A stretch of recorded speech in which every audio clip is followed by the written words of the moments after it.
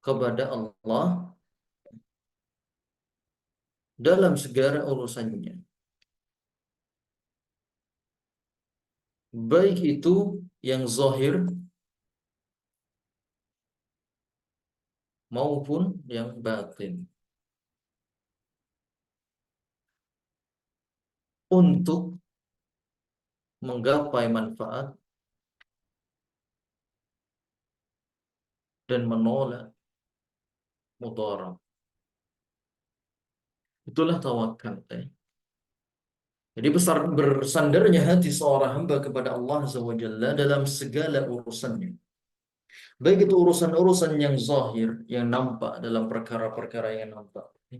Pekerjaannya, kemudian amal ibadahnya, ataupun dalam hal-hal yang batin. Keyakinan dia akan masa depan. Harapan-harapan dia kepada Allah Azza wa Jalla. Rasa takut dia kepada Allah Azza wa Jalla, dan seterusnya. Kayak itulah yang dimaksudkan dengan tawakal. Inti dari tawakal adalah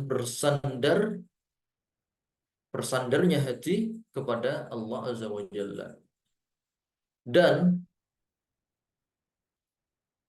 melakukan sebab adalah syarat dari tawakal. Melakukan sebab adalah syarat dari tawakal. Ya, jadi tawakal dan melakukan sebab adalah dua hal yang berbeda dan harus saling beriringan. Jadi definisi dari tawakal itu sendiri adalah bersandar, ya, hanya bersandar hati kepada Allah Azza wa Jalla. Adapun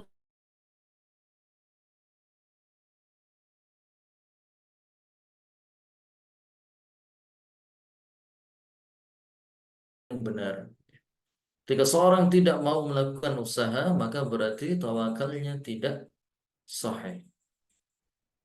Sebagaimana nanti akan kita bahas, ya, hadis sabda Nabi sallallahu alaihi wasallam, "Lau annakum tatawakkaluna 'ala Allahi haqqa tawakkulih la razaqakum kama yarzuqut tayr taghdu himasan wa taruhu bitana." Nabi sallallahu alaihi wasallam katakan, seandainya kalian bertawakal kepada Allah Azza wa Jalla dengan sebenar-benarnya tawakal, maka niscaya Allah akan memberikan kalian rizki sebagaimana seekor burung.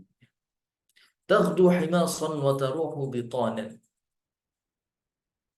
yang dia pergi di pagi hari, keluar dari sangkarnya dalam perut yang lapar. Wa taruhu bitana, dan dia pulang di malam hari atau di petang hari dalam kondisi perut yang sudah kenyang. Jadi itulah tawakal. Dia, seekor burung itu sendiri, dia harus keluar dari sangkarnya, keluar dari rumahnya, menjelajahi bumi ini, ya, berjalan di atas muka bumi ini, mencari karunia Allah Azza wa Jalla. Itulah tawakal. Dan dia bersandar hati kepada Allah Azza wa Jalla atas usaha yang dia lakukan. Dia tidak bersandar kepada kecerdasan akalnya, tidak bersandar kepada kekayaan materinya, tidak bersandar kepada kekuasaan yang dimiliki, ya, atau yang diwariskan oleh orang tuanya. Tidak juga bersandar kepada pemimpinnya atau tidak bersandar kepada rekan-rekannya. Namun dia hanya bersandar kepada Allah Azza wa Jalla. Itulah tawakal. Baik dalam bekerja maupun dalam melakukan segala aktivitas-aktivitas yang lain.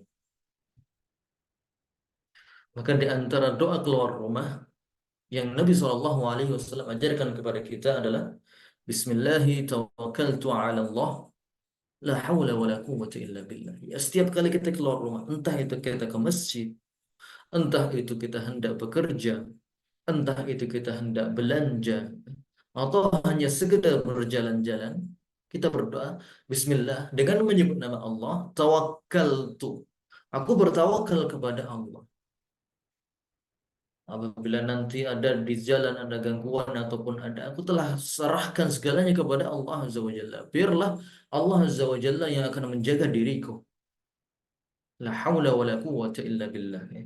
Tiada daya dan upaya seseorang hamba melakukan segala aktivitasnya, ia tidak akan mampu untuk menuntaskannya kecuali dengan pertolongan dari Allah Azza wa Jalla. Baik.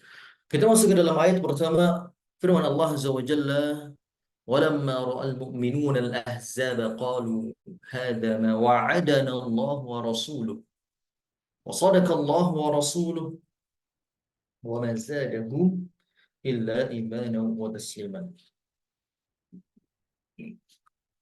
Dan tatkala orang-orang mukmin melihat Ahzab, Ahzab adalah golongan yang bersekutu dari orang-orang musyrik. Jadi kisah ini terjadi ketika perang Ahzab di tahun 5 Hijriah. Orang-orang musyrikin Quraisy bersekutu dengan orang-orang pedalaman dan juga dari kabilah-kabilah Arab yang lain. Ya. Mereka datang dalam jumlah yang sangat besar, yaitu sekitar 10.000 orang. Padahal penduduk kota Madinah tidak mencapai jumlah seperti itu. Ya. Mungkin hanya sekitar 1.000 sampai 3.000. Dengan tambahan di sekelilingnya paling hanya sekitar 5.000. 10.000 orang pasukan Quraisy bersekutu dengan kabilah-kabilah orang Arab yang lain yang masih musyrik. Mereka hendak meluluh lantakan menggempur, ya, hendak menggeruduk kota Madinah. Oke, ini tentu saja merupakan sesuatu yang sangat menakutkan bagi orang-orang mukmin yang tinggal di sana. Namun karena kuatnya iman mereka kepada Allah Azza wa Jalla, kuatnya tawakal mereka kepada Allah Azza wa Jalla, mereka menyusun strategi, mereka mempersiapkan segala keperluan dan hajatnya, menggali parit yang sangat dalam, kemudian menyiapkan benteng-benteng yang kuat di sekeliling kota Madinah tersebut. Mereka bertawakal kepada Allah dengan tawakal yang benar untuk menghadapi pasukan Ahzab tersebut. Walamma ra'al mu'minun al-ahzab, dan ketika orang-orang mukmin mereka melihat Ahzab, golongan yang bersekutu yang hendak meluluh lantakan kota Madinah, qalu hadza ma wa'adana Allah wa rasuluhu wa sadaqa Allah wa rasuluhu. Mereka berkata, ini adalah yang dijanjikan Allah dan Rasulnya kepada kita. Wa sadaqallahu wa rasuluh, dan benarlah Allah dan Rasulnya. Wa ma zadahum illa imanan wa taslima. Dan yang demikian itu, kondisi yang genting tersebut tidaklah menambah kepada mereka kecuali iman dan ketundukan. Inilah orang-orang yang beriman. Jadi walaupun mereka dalam kondisi yang genting, hampir di ujung tanduk, hampir binasa, mereka tetap yakin dan tawakal. Mereka serahkan segala urusannya kepada Allah Azza wa Jalla. Mereka yakin akan pertolongan Allah Azza wa Jalla. Walaupun tidak masuk logika. Penduduk Madinah ketika itu sangat sedikit. Belum di sana ada orang-orang Yahudi yang siap menerkam dari belakang. Dan juga ada orang-orang munafik yang senantiasa menggembosi semangat kaum muslimin dalam berperang. Namun orang-orang mukmin mereka tetap yakin kepada Allah Azza wa Jalla. Orang-orang munafik yang hidup di kota Madinah, mereka berusaha menggemboskan semangat juang kaum muslimin. Mereka bahkan berencana mengirim mata-mata untuk mengadakan perjanjian damai dengan orang-orang Quraisy. Jadi mereka meminta kepada orang-orang Quraisy, ya, didata siapa saja yang tidak mau ikut perang bersama Rasulullah dan minta untuk diberikan keamanan. Mereka takut berperang, mereka takut menghadapi kaum musyrikin. Bahkan mereka bersekongkol dengan kaum musyrikin, berpura-pura tidak ikut barisan kaum muslimin, dan seterusnya. Allah Azza wa Jalla mengatakan, "Hunalika batuliyal mu'minuna wa zulzilu zilzalan syadida." Ketika perang Ahzab tersebut, kaum mukminin diuji dengan ujian yang sangat berat. rasa takut, rasa lapar, rasa cemas, rasa was-was. Dan mereka diguncang dengan guncangan yang dahsyat. Ketakutan dalam diri mereka menghadapi pasukan Ahzab. Maka pasukan Ahzab tersebut datang, terpecahlah penduduk kota Madinah menjadi dua golongan. Golongan mukmin dan golongan munafik.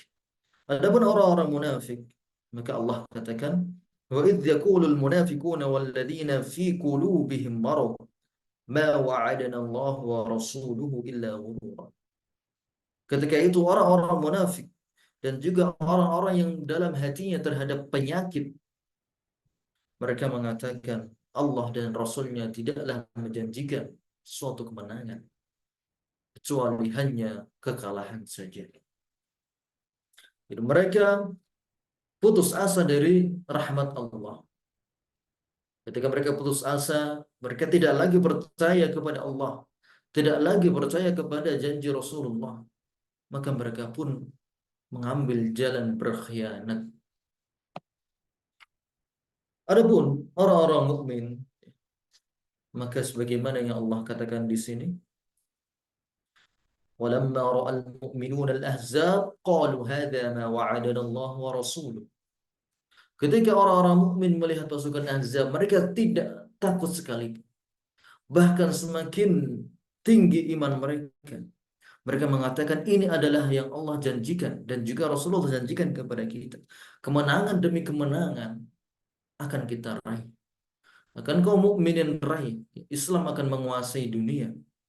Dan itu dimulai dari perang Ahzab ini.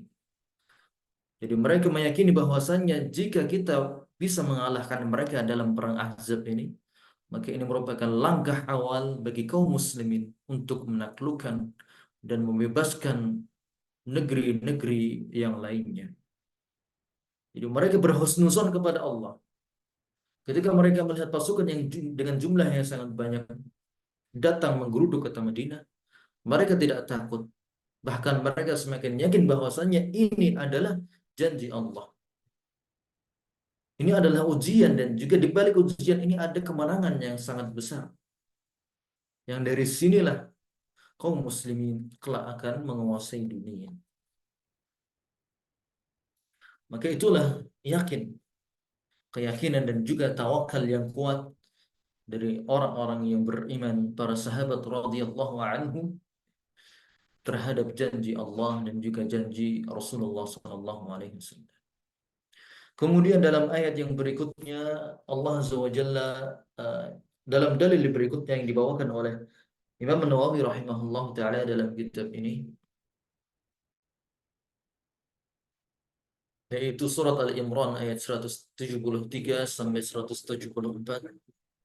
Ini dalam kisah yang lain, yaitu kisah perang Uhud. Kalau yang di sini kita tulis di sini ini adalah kisah perang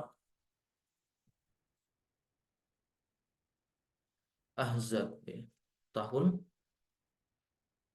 5 Hijriah. Adapun di sini di surat Al-Imran 173 174 ini adalah kisah perang Uhud pada tahun 3 Hijriah.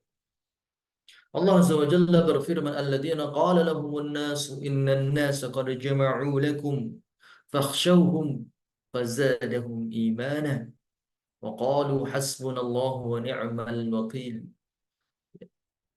Yaitu orang-orang yang mentaati Allah dan Rasulnya, yang kepada mereka orang-orang musyrik mengatakan, "Innan nasa qad jama'u lakum." Sesungguhnya manusia telah berkumpul untuk menyerang kalian. Fakhshawhum, maka takutlah kepada mereka.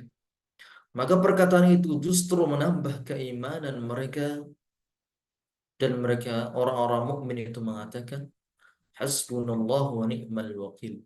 Cukuplah Allah menjadi penolong kami dan Allah adalah sebaik-baik pelindung. Fanqalabu bi ni'matin minallahi wa fadlin lam yamsashum su. Maka mereka kembali dengan nikmat dan karunia yang besar dari Allah. Mereka tidak mendapatkan bencana apa-apa Mereka mengikuti keridhaan Allah dan Allah mempunyai karunia yang besar. Kisahnya ketika perang Uhud, ketika orang-orang Quraisy telah berhasil memutarbalikkan kondisi perang, berhasil memojokkan kaum muslimin, membuat kocar-kacir barisan kaum muslimin, ya, membantai 70 sahabat Nabi Sallallahu Alaihi Wasallam, memojokkan Nabi hingga sampai ke gunung-gunung yang terjal, dan Nabi Sallallahu Alaihi Wasallam pun berlindung, ya, dari serangan kaum muslimin dengan menaiki gunung-gunung tersebut. Kemudian ketika mereka sudah puas membantai, orang-orang musyrikin sudah puas membantai kaum muslimin, mereka pun ragu dalam hatinya. Walaupun mereka belum berhasil membunuh Nabi Shallallahu Alaihi Wasallam, namun mereka ragu, ya, untuk menghancurkan kota Madinah. Akhirnya mereka pun mundur. Jadi walaupun kaum musyrikin sudah berada di atas angin, namun mereka tetap tidak berani untuk menghancurkan barisan kaum muslimin sampai akar-akarnya. Mereka belum mendapatkan Nabi Shallallahu Alaihi Wasallam. Mereka belum mendapatkan Abu Bakar dan Umar dan seterusnya. Kaum musyrikin, Abu Sufyan dan juga yang lainnya, mereka pun mundur karena masih ada rasa takut dan khawatir. Jangan-jangan, ya, nanti terjadi sesuatu yang tidak mereka rencanakan. Akhirnya mereka pun mundur dan pulang ke kota Makkah. Di tengah-tengah perjalanan, ketika baru saja mereka meninggalkan kota Madinah, mereka berhenti di suatu tempat, jarak antara kota Madinah dan Makkah. Mereka berunding untuk menyelesaikan perang Uhud tersebut. Ya, sebagian mereka mengatakan kita sudah berada di atas angin, kita sudah hampir menang. Kenapa kita tidak menghabisi Muhammad SAW saja? Ya, kata mereka. Kenapa kita hanya setengah-setengah perangnya, hanya membantai para sahabat yang bukan pembesarnya, tidak mendapatkan Nabi SAW dan seterusnya. Kenapa kita tidak kembali saja ke kota Madinah, ya, dan melanjutkan perang menghabisi kaum muslimin? Ya. Kemudian beberapa orang musyrikin yang lain menanggapi usul tersebut. Mereka tidak setuju dengan usul tersebut dan ragu-ragu. Kemudian, ya, ketika mereka ragu-ragu tersebut, mereka memutuskan untuk, ya udah, kita kirimkan utusan, utus dia ke kota Madinah. Kemudian buat kota Madinah tersebut takut. Beritahukan kepada mereka bahwasannya pasukan Quraisy akan datang kembali untuk menghancurkan Madinah kedua kalinya sampai ke akar-akarnya. Ya, maka manusia ini, utusan ini pun datang ke kota Madinah. Ketika itu Nabi SAW sedang mengobati luka-lukanya. Para sahabat, ya, sedang juga mengobati luka-lukanya, menguburkan jenazah syuhada yang meninggal. Mereka masih dipukul dengan rasa trauma, rasa tidak percaya akan kekalahan ini. Ketika mereka dalam kondisi tersebut, ya, masih dalam kondisi pengobatan, tiba-tiba datanglah utusan yang mengatakan, Innan nasa qad jama'u lakum. Sesungguhnya manusia, orang-orang Quraisy akan datang kembali untuk menghancurkan kalian. Fakhshawhum, maka takutlah kalian. Fazadahum imanan. Namun ternyata orang-orang mukmin, mereka tidak takut dengan ancaman tersebut. Fazadahum imanan. Justru ancaman mereka, ancaman dari utusan tersebut malah menambahkan keimanan dalam hati kaum muslimin. Wa qalu hasbunallah wa ni'mal wakil. Kaum muslimin hanya mengatakan hasbunallah. Cukuplah Allah sebagai pelindung bagi kami. Wa ni'mal wakil, dan Allah Azza wa Jalla adalah sebaik-baik pelindung. Tanqalabu bi ni'matin minallah. Maka kemudian, ini sebelumnya, maka sebelumnya Nabi SAW ketika mendengar ancaman tersebut, yang Nabi lakukan bukanlah merasa takut, ya. Justru Nabi SAW segera mengumpulkan mengumpulkan kembali pasukan kaum muslimin ya, yang mereka masih dalam kondisi sakit, kondisi luka, kondisi capek. Nabi mengumpulkan kembali pasukan kaum muslimin, kemudian memerintahkan untuk mengejar, untuk menyambut serangan tersebut, untuk menyambut serangan tersebut. Maka Rasulullah bersama para sahabat, awalnya para sahabat merasa berat, mereka masih dalam kondisi sakit, masih dalam kondisi pengobatan, trauma. Namun Rasulullah tetap memaksa para sahabat untuk segera meninggalkan kota Madinah, menyambut pasukan Quraisy. Kalau mereka ingin kita mengadakan tanding ulang, maka kita hadapi. Maka akhirnya Rasulullah beserta para sahabat pun segera keluar. Baju besi belum diturunkan, baju besi belum dilepaskan, pedang juga belum diturunkan, dan Nabi SAW pun segera memerintahkan mereka untuk kembali. Walaupun darah belum mengering, walaupun rasa letih belum hilang, namun kaum muslimun pun segera memenuhi seruan Nabi SAW. Maka berangkatlah mereka semuanya hendak menyambut serangan dari kaum musyrikin tersebut. Fanqalabu bi ni'matin min Allah. Maka mereka pun kembali. Ketika mereka pergi keluar kota Madinah hendak menyambutnya, maka Allah tanamkan, kirimkan rasa takut di hati-hati kaum musyrikin. Keraguan, hati-hati, ya. Kemudian juga rasa takut. Abu Sufyan dan juga kawan-kawannya yang ketika itu masih musyrik, mereka ditimpa rasa takut. Mereka tidak yakin untuk bisa menghabisi kaum muslimin untuk kedua kalinya. Maka akhirnya mereka pun segera meninggalkan tempat tersebut dan buru-buru kembali ke kota Makkah. Jadi awalnya mereka tadi mengancam untuk memusnahkan kota Madinah. Kemudian dijawab oleh kaum muslimin ancaman tersebut untuk tanding ulang. Namun ternyata kaum musyrikin pun ragu-ragu, takut, dan akhirnya melarikan diri pulang kembali ke kota Makkah. Fanqalabu bi ni'matin min Allah. Maka kaum muslimin pun kembali dengan nikmat dari Allah. Wa fadlin, dan juga karunia-Nya. Lam yamsashum su, yang mana mereka tidak mendapatkan keburukan. Mereka ketika diancam dengan rasa takut tersebut, mereka tidak mempan, bahkan mereka semakin yakin akan janji Allah Azza wa Jalla. Maka mereka pun segera menghadapi ancaman tersebut dan akhirnya Allah berikan kemenangan. Mereka tidak ditimpa oleh keburukan sama sekali. Itulah kisah dari perang Uhud, ya. Di akhir dari perang Uhud. Baik, kemudian firman Allah berikutnya, wa qala ta'ala wa tawakkal 'alal hayyil ladzi la yamut. Bertawakallah kepada Allah yang Maha Hidup, alladzi la yamut, dan Allah tidak mati. Di sini Allah merintahkan kepada kita untuk bertawakal. Serahkanlah segala urusanmu kepada Allah, yang zahir maupun yang batin. Jangan berpangku tangan dengan orang lain. Jangan mengandalkan orang, bertawakal dengan orang lain. Atau jangan pula bertawakal kepada dirimu sendiri.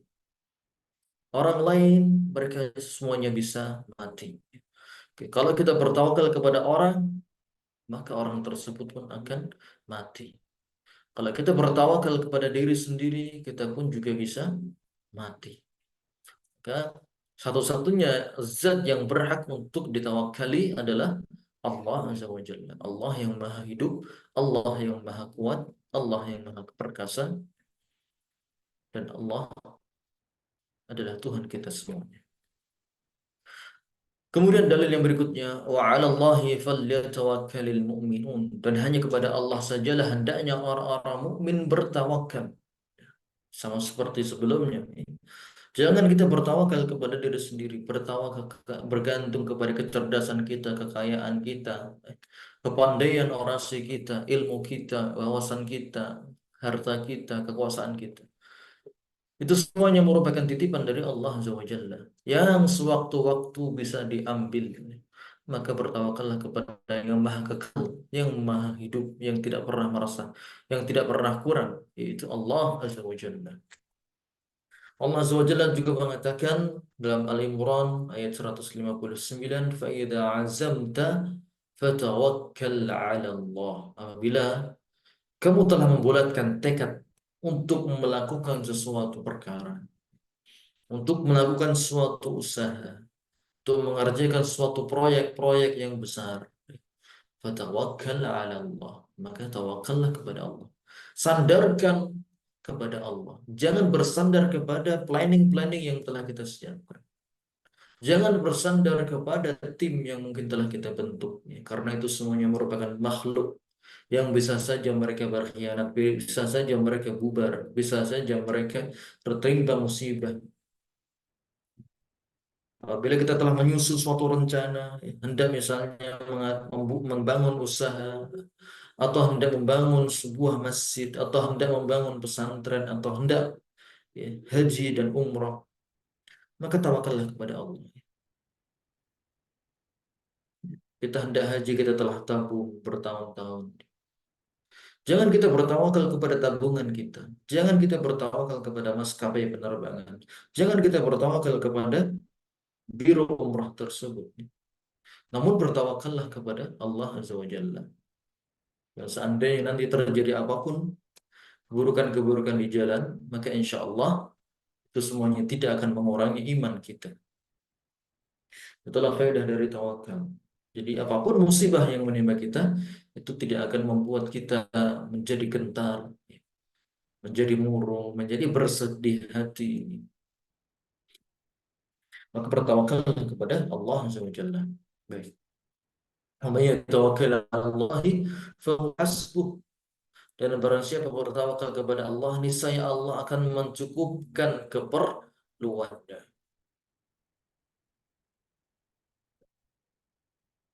Kemudian kita bacakan hadis-hadis yang dibawakan oleh Imam Nawawi yang berkenaan dengan tawakal. أما الأحاديث فالأول أن ابن عباس رضي الله عنهما قال رسول الله صلى الله عليه وسلم عرضت علي الأمم فرأيت النبي ومعه الرهيف والنبي ومعه الرجل والرجلان. Hadis ini sudah pernah kita bahas dalam Kitab Tauhid bab tahqiq tauhid. Dakhala man haqqaqa tauhid